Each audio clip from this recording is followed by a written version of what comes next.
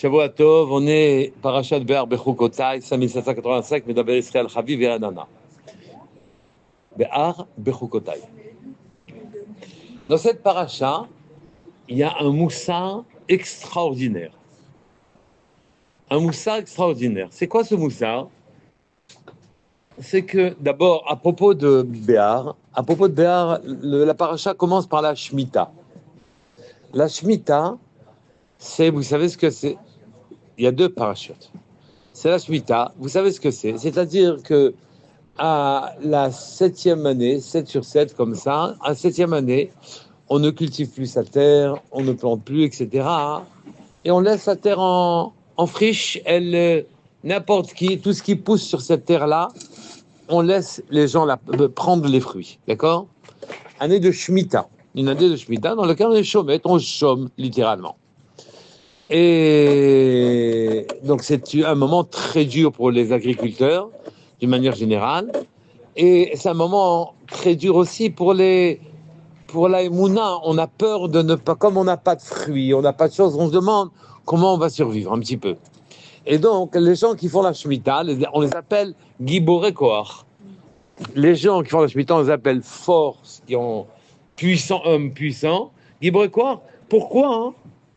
Parce qu'ils font au Sedvaro, ils font sa parole, ils font la parole d'Hachem. Hachem a demandé qu'on chôme la 7e année, et donc on fait la parole, c'est Giborei Koach. On est un petit peu gêné qu'on fasse la parole d'Hachem. On la fait pas, on fait rien. On fait rien, donc on fait pas la parole. Il faudra expliquer tout ça. Je reprends. La Shemitah est un moment particulier où la Emouna est en jeu. Et on se demande comment on va survivre, alors qu'on ne travaille pas littéralement, d'accord? À cause de ça, on est appelé Giborei Koach, des gens puissants, des détenteurs d'une force. On ne sait pas, je vais vous expliquer de quelle force il s'agit. Et deuxièmement et surtout, oui, c'est qu'on nous dit, on a fait la parole d'Hachem. On a fait la parole d'Hachem. On n'a pas fait la parole d'Hachem. On n'a rien fait, on s'est arrêté. On a chômé, littéralement. Et je voudrais qu'on prenne la paracha tranquillement. Donc dans cette paracha, il y a plusieurs remarques. La première, c'est que c'est écrit d'Abel Ben Israël, dis au Ben Israël, et tu leur diras, lorsque vous viendrez, vous viendrez à la terre que je vous ai donnée. Évidemment qu'on viendra à la terre qui nous a donnée, on n'ira pas à une autre terre. Donc la terre qui nous a donnée, on ne comprend pas très bien cette expression. Veshav Taharetz Shabbat Lashem, et la terre subira, Shav Taharetz, un chômage qui est appelé Shabbat. Comment Shabbat? On ne fait pas de manachot, là-bas aussi, on ne fait pas de travail. Pour Hachem. Pour Hachem, ça veut dire pas pour la terre. Oui? On a envie de dire qu'il faut laisser reposer la terre un petit peu, que les phosphates, les machins, les sels minéraux qu'il y a dedans, ils reprennent. Non. On s'arrête à une année bien précise. D'accord? Ici, qu'est-ce que ça veut dire? El haaretz asher noten ani noten lachem. La terre, je vous ai donné. Oui? Et surtout, c'est marqué Veshav Taharetz Shabbat, l'Hachem. La terre va chômer, mais c'est pas la terre qui va chômer, c'est moi qui vais chômer. Oui, qu'est-ce que ça veut dire? Et le pasuk insiste. Ou Beshana Shvit Shabbat Shabbaton Yel Haaretz. Un Shabbat sera pour la terre, oui. Shabbat Hachem, ça sera la b'cholei lotissement. Après, on nous donne les mitzvot qu'on a à faire. Tu ne sarmenteras pas la vigne, tu couperas pas les sarments de vigne, tu ne cultiveras pas, tu ne laboureras pas, tu ne sèmeras pas. Mais ça, c'est ce qu'on aurait dû nous dire depuis le début, au lieu de me dire, quand tu arrives à la terre va chômer à la 7e année. C'est pas la terre qui chôme. C'est moi qui ne sème pas, qui ne récolte pas, qui ne laboure pas. C'est moi qui ne fais pas les travaux de la terre. Pourquoi dire que c'est la terre qui chôme? Oui. Et ça va plus loin. Lors du Yovel, vous savez que toutes les 7 années, il y a la Shemitah. Et quand on a compté 7 Shemitot, la 7e Shemitah est suivie du Yovel. Yovel, jubilé, ça veut dire qu'on ne va pas travailler pendant 2 années d'affilée. Oui, la 49e année et la 50e année, on ne travaillera pas. On ne travaillera pas. Et à ce moment-là, tous les esclaves rentreront à la maison Et à ce moment-là, on rendra la terre à qui on l'a achetée. C'est-à-dire, quand on achète la terre, on l'achète pour la durée qu'on va pouvoir l'exploiter depuis le moment où on l'a acheté jusqu'au Yovel. Au Yovel, elle revient à son propriétaire initial, quand on le connaît. D'accord? J'ai pas compris. On achète une terre. Quand on achète une terre en Israël, au On bout... l'achète avec de l'argent. J'ai payé la terre. La 50e année, je la rends. À qui je l'ai acheté? Ah oui. Pas toutes les terres qui sont minables. Il y a des terres qui sont pratiques et il y a des terres qui sont minables. Ça veut dire minal. Minable, c'est ce que vous exprimez, que ça, il faut le rendre à l'État. Non, je ne parle pas des lois aujourd'hui. Aujourd'hui, on invente des lois, on bricole ce qu'on veut. Les uns ils disent A, les autres ils disent B. Et celui qui tape le plus fort, c'est lui qui a gagné. C'est pas ça le problème ici. Je parle de la Torah. Dans la Torah, les terres qu'on a achetées à quelqu'un, la terre est la richesse de la personne. La terre que l'on a achetée, si on l'a achetée la 10e année du Yovel, à 40 années plus tard, on sera obligé de la rendre à son propriétaire. Si on l'a achetée à la 20e année du Yovel précédent, oui, 30 années plus tard, on le rendra au propriétaire. Si je l'ai acheté 4 ans, pardon, avant le Yovel, j'ai la terre que pendant 4 ans. Donc je l'achète intelligemment, le prix de 4 récoltes, si je suis 4 avant. D'accord? Donc, mais la terre ne nous appartient pas, elle appartient à Hachem. D'accord? Mais le propriétaire, lui aussi, il l'a acheté, il l'a rendu au bout de quelques minutes. Quand on identifie le propriétaire, on est obligé de lui rendre. De toute façon, on parle des lois qui ont été faites quand on est revenu d'Égypte. À ce moment-là, les propriétaires étaient parfaitement connus. Après, étaient parfaitement délimités, connus. Mais là-bas, il y a une expression là-bas dans la Torah qui dit Bechol haaretz achuzatchem, dans toutes les terres d'héritage, oui, Geoula titenu laaretz. Tu donneras une Géoula à la terre. Tu donneras une libération à la terre. C'est pas la terre qui est libérée. C'est le propriétaire, le paysan qui avait sa terre, qui s'était appauvri, qui a été obligé de la vendre, oui, qui est libéré, qui retrouve sa terre. Qu'est-ce que ça veut dire, ce lachon, que la terre est libérée? La terre est libérée, la terre elle va chômer, oui. Qu'est-ce que ça veut dire? D'accord? Est-ce que la terre, elle est délivrée? Est-ce que la terre, elle va chômer? La terre, c'est du minéral. Oui? La terre, c'est du minéral. Donc, ni elle chôme, ni elle est délivrée. Alors, comment comprendre? Le Sfat Emet, il vient, et il dit en vérité, c'est vrai, la terre est délivrée.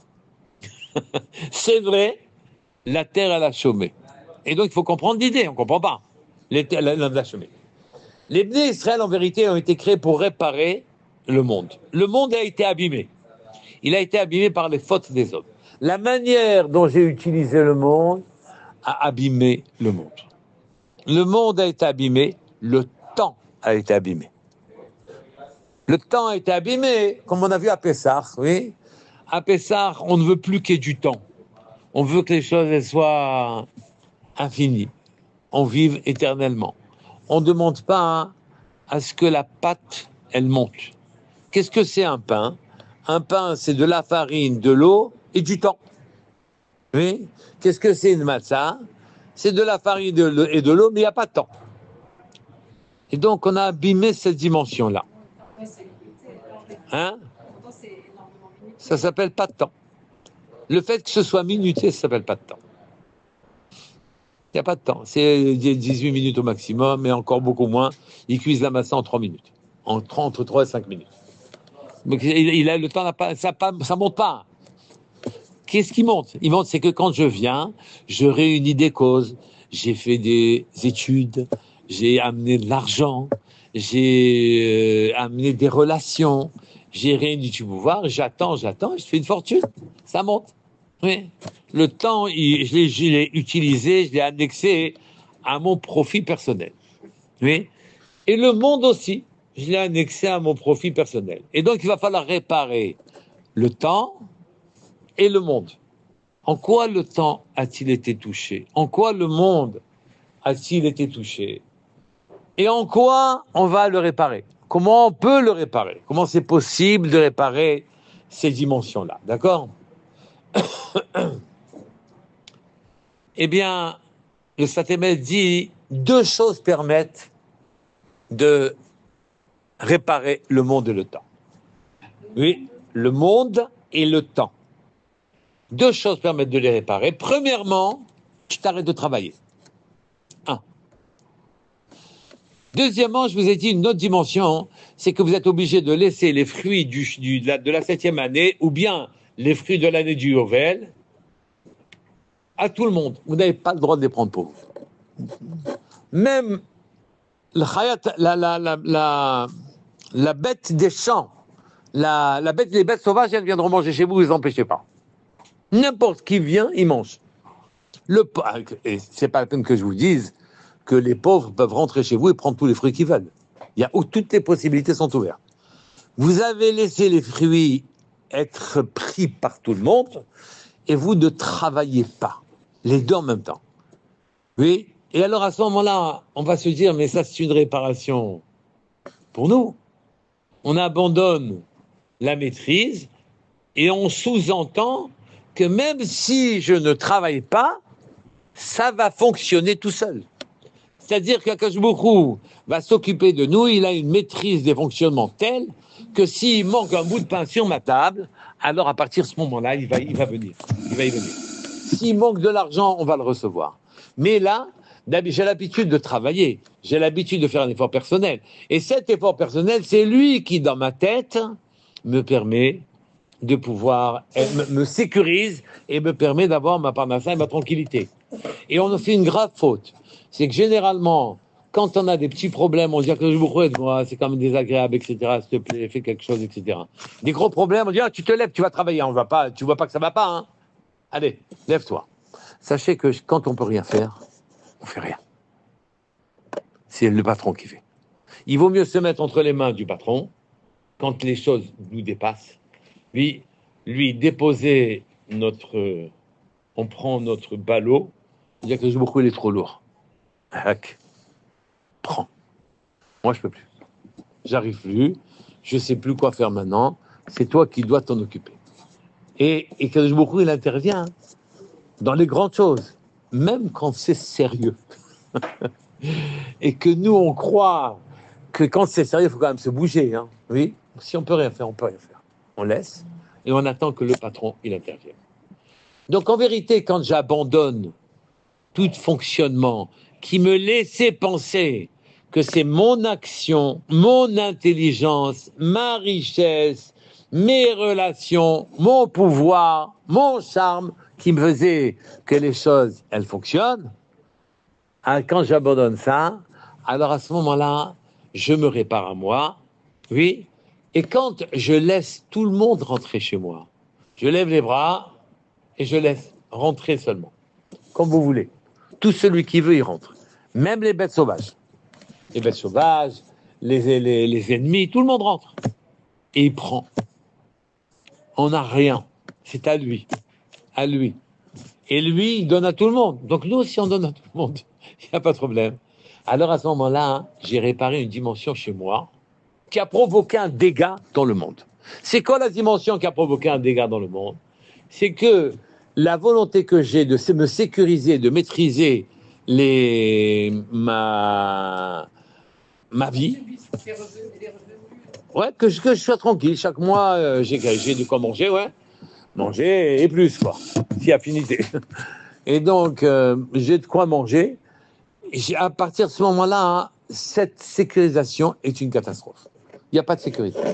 La Torah n'est donnée que Ochle Aman, à ceux qui mangent de la manne.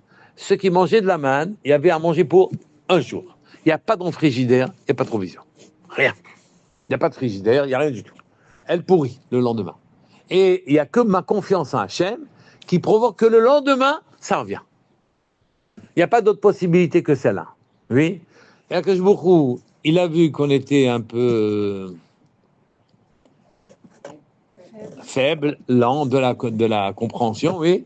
Et que donc, il a dit, bon, je vais leur laisser l'impression que c'est eux qui font quelque chose. Voilà. Et alors, à ce moment-là, hein, ça va, ils vont s'apaiser. Leur inquiétude va s'apaiser. Oui.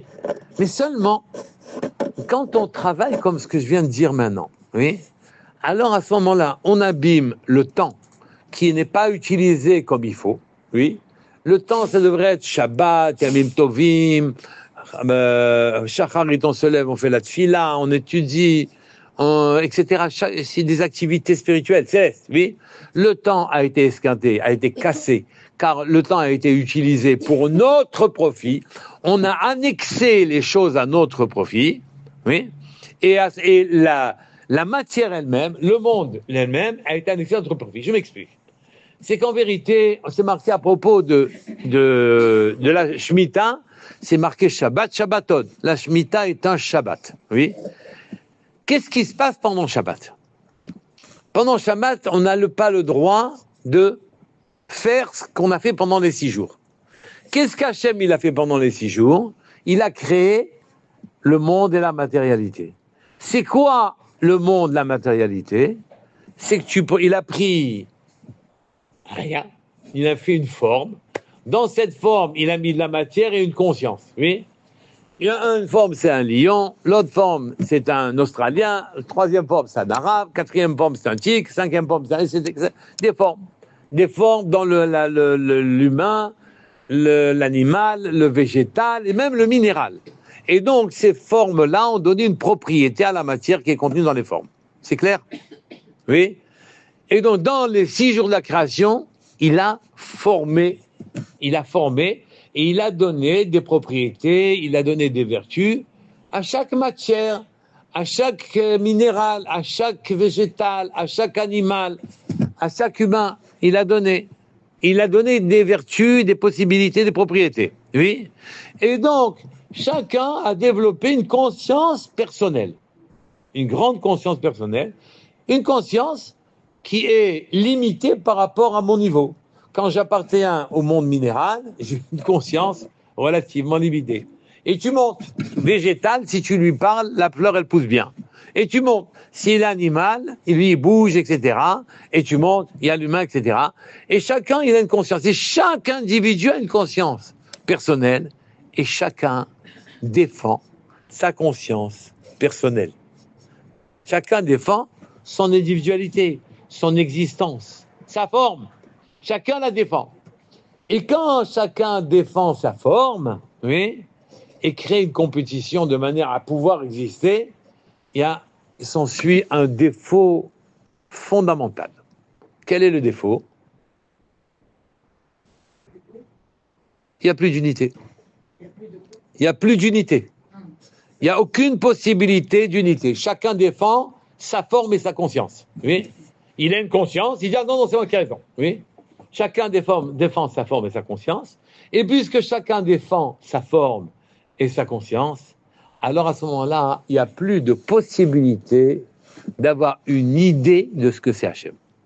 Parce qu'Hachem, il n'a pas de forme, il n'a pas de limite. Et nous avons chacun, on met des limites personnelles de manière à définir Noir Bahamot à nous, notre domaine à nous, et le domaine de l'autre. Oui. On veut chacun, moi, je. Oui. Et ce moi, je nous écarte terriblement et définitivement de l'idée d'une présence divine. Moi, j'ai cultivé ma terre, j'ai fait des carottes et j'ai réussi parce que j'ai fait des carottes et j'ai pas fait des navets. C'est moi. Oui. Et tout est comme ça. Si c'est pas les carottes, c'est pas les navets. S'il a été ingénieur, il a été médecin. S'il a pas ceci, pas cela, etc. Chacun défend sa forme et son individualité. On n'est rien pour l'instant. On est égoïste. On est renfermé, replié sur soi. Et si jamais on verra. Et donc c'est ça la vie normale. Pendant les 6 jours, Hachem il a formé, et nous, pendant les 6 jours, nous, on forme aussi des choses. On crée, on avance. Et quand j'ai créé, je mets ma personnalité dedans. D'accord? Shabbat, c'est quoi? Shabbat, c'est fini. Akadosh Baruch Hu, il n'a plus créé. Il n'a plus rien créé. C'est fini. Et comme il n'a plus rien créé, il n'y a plus opposition entre des créatures qui chacun défend sa propre vision de sa vie, oui, et les créatures d'en haut qui sont plus proches du ciel. Il y a le shalom. C'est pour ça qu'on dit Shabbat. Shalom. Il n'y a pas l'antagonisme entre le haut et le bas. D'accord? On dit Shabbat Shalom. Shabbat, c'est un moment où les frontières sont éliminées. On ne forme rien. On n'a pas le droit de former. Si on forme, on est passible de retranchement. Et donc, le Shabbat, c'est un moment d'élévation. C'est un moment d'élévation. C'est un moment où en perdant ses contours et ses limites, en perdant ses contours et ses limites, alors on a une idée de ce que c'est Hachem. On peut avoir une idée de ce que c'est Hachem. Ça, c'est Shabbat. Mais Shabbat, c'est pas nous qui définissons les choses. Shabbat, c'est Hachem qui a décidé, depuis le Shabbat Bereshit jusqu'à nos Shabbatot à nous, c'est les Shabbatot qui se suivent. C'est lui qui a dit, ce jour-là, il n'y a pas de création. Donc, ce jour-là, il y a une bracha particulière, où les choses d'en bas et les choses d'en haut sont toutes réunies, il n'y a plus de limite, oui. Il n'y a plus de conscience, il n'y a qu'un seul domaine, un seul reshoot. C'est pour ça qu'on ne sort pas dans le domaine arabe, le domaine public, oui. Il n'y a qu'un seul reshoot, oui. Mais Shabbat, c'est une bracha qui vient d'en haut. Il a dit à Hachem, peut-être que vous aussi, vous pouvez avoir une bracha. Faites la Shemitah la 7e année et votre chômage sera considéré comme un Shabbat. Un Shabbat. Vous-même, vous allez vous réparer de votre compétition, de votre finitude personnelle. Vous allez pouvoir vous ouvrir à éliminer vos consciences de manière à laisser de la place à quelque chose de divin, puisque quand est-ce que je vais rencontrer le divin? Quand est-ce que je vais rencontrer le divin? Je vais le rencontrer quand moi, je ne me considère plus comme moi. Il y a quelque chose de plus, d'accord? Parce que Shabbat, c'est pas moi qui ai fait le moindre effort. On m'a dit, tu fais ça, je le fais. Et donc, j'ai une aide particulière pendant Shabbat. Mais là, ici, il y a des gens qui vont dire, c'est fini. Je ne travaille pas et je vais vivre quand même. Oui. Quand je m'a dit, tu vas essayer ça, toi, l'agriculteur, tu abandonnes toute maîtrise sur ton propre terrain et tu verras, ça marche tout seul, tu vas survivre. Il y aura du pain sur ta table, il y aura des fleurs sur ta table, il y aura tout ce qu'il faut. Oui, tu vas survivre. Il n'y a pas de problème. Et alors, à ce moment-là, tu vas apprendre, là, toi qui es à lier dans ton esprit toute ta réussite sur ton travail personnel, alors tu vas apprendre, cette fois-ci, à ton initiative. Une mitzvah qui t'est réservée. Tu vas apprendre à avoir la Emunah B'Hashem, que ton travail, c'est pas lui qui te faisait réussir. Oui. On a le Shabbat, mais c'est pas la même chose un travail que moi je fais, et un travail. Les gens ils disent tout le temps, c'est la plus grosse journée le Shabbat. Eh ben oui. On a ça aussi le Shabbat, eux ils font ça. Ah non, mais nous aussi on fait la Shemitah, c'est une année un peu spéciale. Eux ils souffrent. On n'achète pas les prix, ouais. N'importe où. Ouais.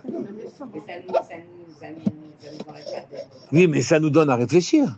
Ça nous donne à réfléchir. Et puis peut-être que ça nous donne aussi à dire, si lui, il va s'accomplir en lâchant un peu les rênes, ouais, et bien que moi, je dois lâcher aussi. Je dois aussi lâcher mes rênes à moi, aussi. Et c'est pour ça qu'on s'appelle Giboré, Koach, Osedvaro, qui font sa parole. Oui. En quoi ils font sa parole? C'est pas, ils font rien, justement. C'est pas qu'ils font la parole, ils font rien. Oui. Eh bien, c'est que simplement, les mots d'Hachem, à ce moment-là, peuvent briller. Il existe, Hachem. Hachem, on lui donne sa place dans le monde. On lui permet, en écoutant, en chômant et en laissant faire, on met en évidence que c'est lui qui dirige le monde et c'est lui qui s'occupe de nous, en tout. D'accord? C'est lui qui s'occupe de nous en tout. En lâchant, c'est lui qui s'occupe. Vous allez me dire, mais attends, d'accord, on s'est réparé à nous. Ça explique pas où la terre, elle s'est réparée, où le temps, ils se sont réparés. Moi, je me suis réparé, d'accord. C'est qu'en vérité, sachez que la terre, elle a aussi une dimension. Une dimension. On l'a rendue on l'a asservi, on l'a rendu minéral. On l'a classé scientifiquement d'après ses propriétés. La terre a pour propriété, d'abord elle me porte, j'ai du sol sous mes pieds. Deuxièmement, elle a la propriété que quand on met une graine dedans et que je jette de l'eau dessus, alors elle me donne à manger. Elle me donne à manger, elle me donne ci, elle me donne ça, etc. Elle me donne aussi une luxuriance, un paysage, etc. Eh bien, je regarde la terre comme une pure utilité. Je l'annexe. Mais c'est pour nous aussi, Avodat Zara. Quand je dis je vais habiter dans ce quartier plutôt que dans celui-là, quand je dis j'utilise le décor qui est céleste, qui est une main divine à dessiner mon décor, je lui l'annexe à ma propriété personnelle et j'en fais un peu une Avodat Zara. Oui, je ne regarde dans la matérialité que ses propriétés. Je la regarde pas comme un envoyé des cieux pour m'aider à vivre ma vie. Je lui donne pas de gdoucha. Je lui enlève. Je lui dis, elle se classe dans le tableau de Mendeleïev. Oui, la roche, elle se place là, elle se place là, elle se place là. Et quelles sont les propriétés et vertus que ça a? Je vais les utiliser, je vais les annexer. La terre est à moi, puisque je l'utilise pour devenir riche, ou bien non, pour me nourrir, comme vous voulez. Même pour me nourrir. Mais en tout cas, j'ai abîmé la terre, je lui ai enlevé sa dimension de Gdoucha, sa dimension céleste, sa dimension d'envoyé. Quand on vous dit faites attention au baltachrit, etc., c'est que ce que vous avez dans les mains, c'est pas il vaut mieux être avare et pas perdre de miettes. C'est pas ça le problème. C'est que c'est pas à toi. C'est tout ce que tu as dans les mains, c'est pas à toi. On te l'a donné. Maintenant que tu crois que c'est à toi, alors tu traduis le baltachrit, la mitzvah. Cette mitzvah, tu la traduis par il faut pas gaspiller. C'est pas il ne faut pas gaspiller. Il y a de la gdoucha dedans. Tu dois faire attention. C'est des éléments qui te sont nécessaires.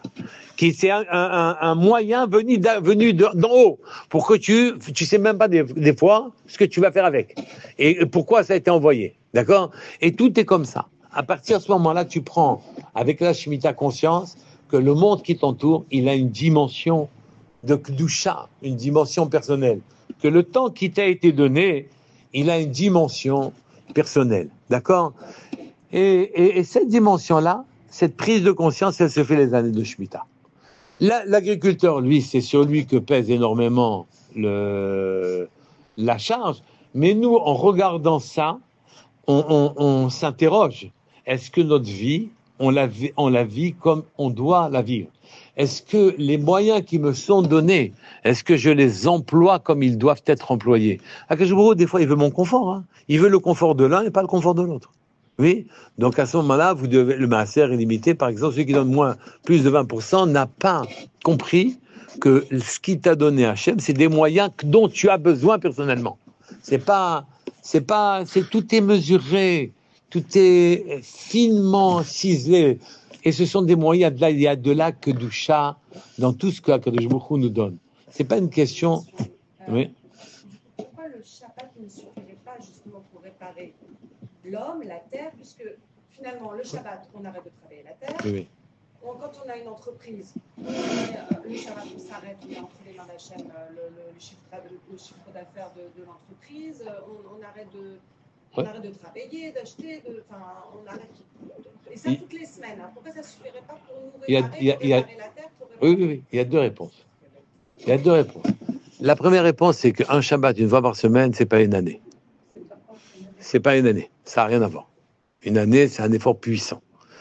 Deuxièmement, et peut-être plus subtilement, oui, c'est que cette fois-ci, c'est pas une obligation avec un carré à la base. C'est Hachem, il me dit, c'est toi qui vas décider. Il y a une dimension personnelle.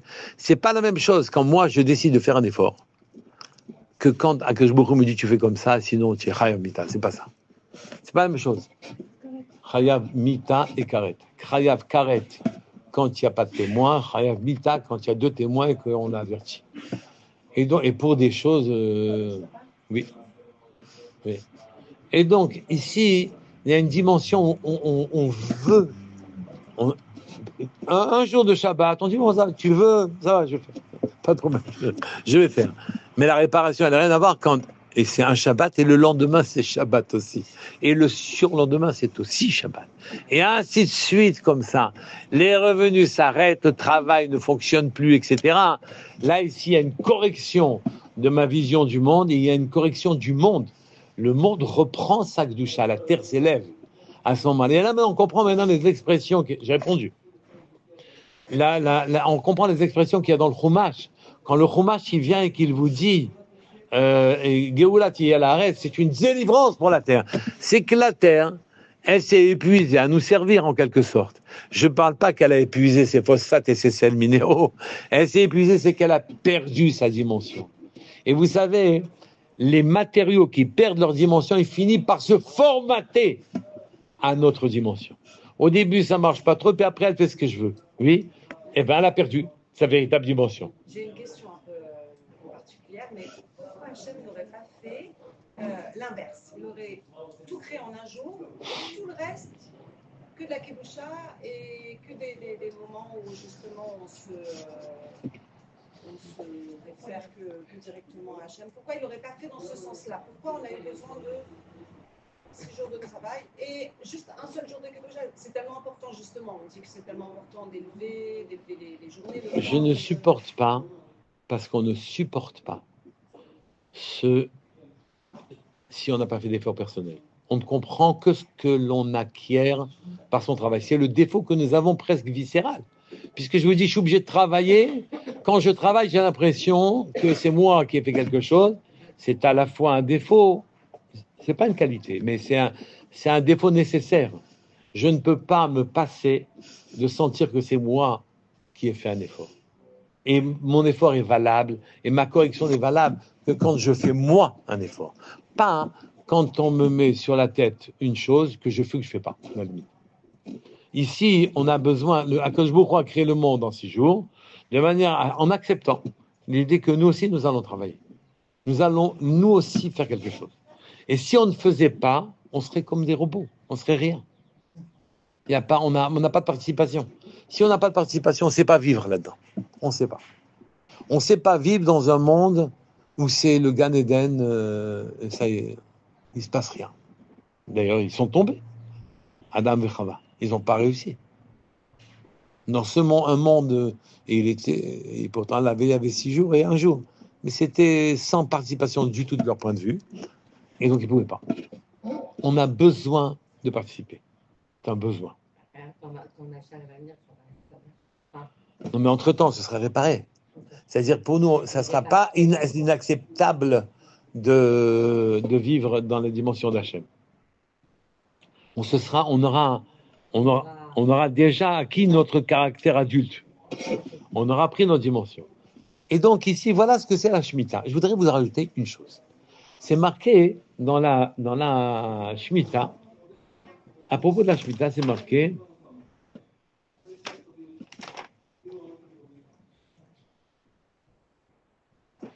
Vechitomru manochal beshana shvit.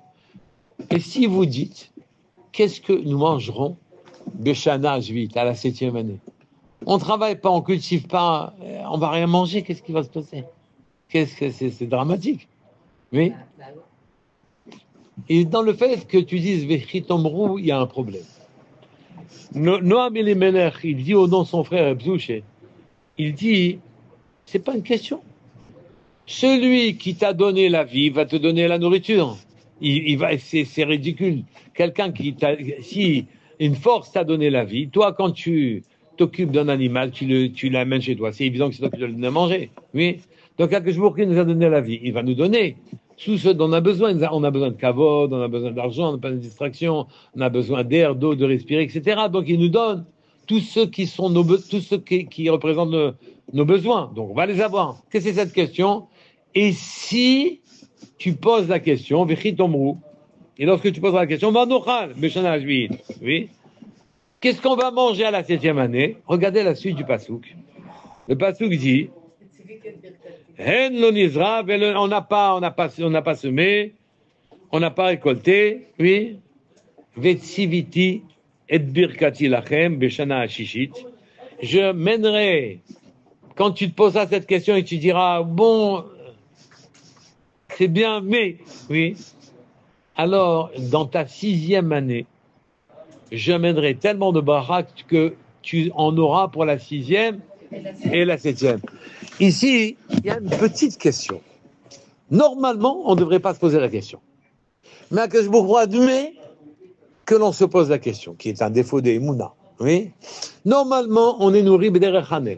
On n'a aucune question à se poser. Les choses, elles arriveront sur la table, il n'y a aucun souci. Oui. Et cette question, une fois qu'elle a été posée, elle a été posée. D'accord? Eh bien, quand je vous dis, tu sais quoi? Quand tu as ouvert la bouche et qu'avec ta parole, tu as dit prononcer les mots, mais qu'est-ce que je vais manger la 7e année? Je déclencherai, suite à ta parole, oui, on dit que la vie et la mort sont entre les mains de la langue, oui. Je dépêcherai ma bracha, rien que parce que tu as prononcé ces mots. Je dépêcherai ma bracha, rien que parce que tu as prononcé ces mots. Oui. C'est vite de les prononcer. Hein? C'est un manque des moyens de les prononcer. Eh bien, Akadosh Baruch Hu accepte et il dit, bon, quand tu t'en sors pas, oui, et que ta émouna, elle est trop faible, et que tu dis, qu'est-ce qu'on va manger à la 7e année? Bon, parlons pratiquement, qu'est-ce qu'on va manger à la 7e année? Alors, avec ces mots-là, qui sortent de ta bouche, oui, tes mots, vous voyez que la langue, elle provoque quelque chose. Avec la langue, quand on parle, je vais dépêcher ma bracha. À la 6e année, tu auras une année tellement riche que tu pourras te nourrir la 6e et la 7e année. Ici, on voit un mécanisme. Avec ma parole, vous voyez que ici, je vous avais dit la semaine dernière, oui, nous, on est de la matière et on a une forme. Cette forme, elle vient du dessus. C'est elle qui nous définit, qui donne notre programme, qui enferme et enveloppe notre matière, qui définit nos vertus, nos propriétés, notre caractère, notre visage, notre forme, tout. Oui. Cette forme-là, elle vient du monde des formes, qui est le monde du dessus. Et après, en bas, c'est descendu, la matière a trouvé sa place dans cette forme-là. Le monde des formes, là-haut, c'est le monde de la parole. De la même manière que Akadosh Baruch Hu a créé le monde en parlant, en disant des Mahamarot, et donc des paroles ont été lancées dans le monde. Elles se sont cristallisées et l'air a été sculpté. Et quand l'air il a été sculpté petit à petit de la matière plus grossière que l'air est venue et a formé les formes, oui. Alors à ce moment-là, la parole, on voit que ça amène des situations, ça amène des formes. Et donc quand tu n'as pas la émouna, que ça va marcher tout seul et que tu es tranquille et que tu te poses, même si tu ne poses pas la question, si tu ne dis pas qu'est-ce qu'on va manger, que tu te poses cette question au fond de toi, ça revient au même. Hein, oui. Quand tu te poses cette question, alors avec les mots que tu auras formulés là, que beaucoup te suit, et sur tes mots, il va t'envoyer la bracha de la 6e année qui sera tellement importante qu'elle va te couvrir la 6e et la 7e année. Donc, Ma question va être exacte, mais quelle est la différence entre ce passouk et la manne? Parce que Akadosh Baruch Hu a dit que le même jour, il fallait récolter pour le même jour. Pour ce jour. Pour ce jour, voilà. Ça c'est quand je ne demande pas. Je suis dans le désert, je vois la manne tomber, je sais que demain j'en aurai, je n'ai aucun souci, je vis de ça, sans souci, sans rien. Mais si je suis déjà arrivé sur la terre d'Israël et que j'ai admis le fait que je n'aurai pas de manne et que je vais être obligé de faire un effort, c'est pas mon effort qui va provoquer que je me nourrisse. Oui, la preuve, je vais arrêter à la 7e année de travailler complètement et malgré tout, j'aurai de quoi manger. Oui, mais il faut que je me rééduque à la manne. Oui, que je me rééduque à la manne. Il faut que j'arrive de nouveau à cette dimension-là et qui fait que j'ai abîmé la terre, j'ai abîmé le temps, j'ai abîmé tout ça. J'ai abîmé en les utilisant mal à propos, pas comme il fallait. Oui. Et il faut être conscient de ce que l'on fait. Quand je vous dis, tu ne peux pas laisser la terre comme ça. Sinon, la terre, elle va vous jeter. Elle ne va pas vous jeter parce qu'elle a manqué de sel midéo de phosphate, parce que vous avez exagéré. Elle va vous jeter parce que elle en a assez, cette terre d'Israël que je vous donne, elle est particulière. Elle en a assez des gens qui ne comprennent pas que la Gdusha, c'est Hachem qui la donne, et que tout ça, c'est des instruments pour qu'on se rapproche de lui. Celui qui a compris ça, alors à ce moment-là, il va vivre. Et celui qui ne comprend pas ça, elle bête.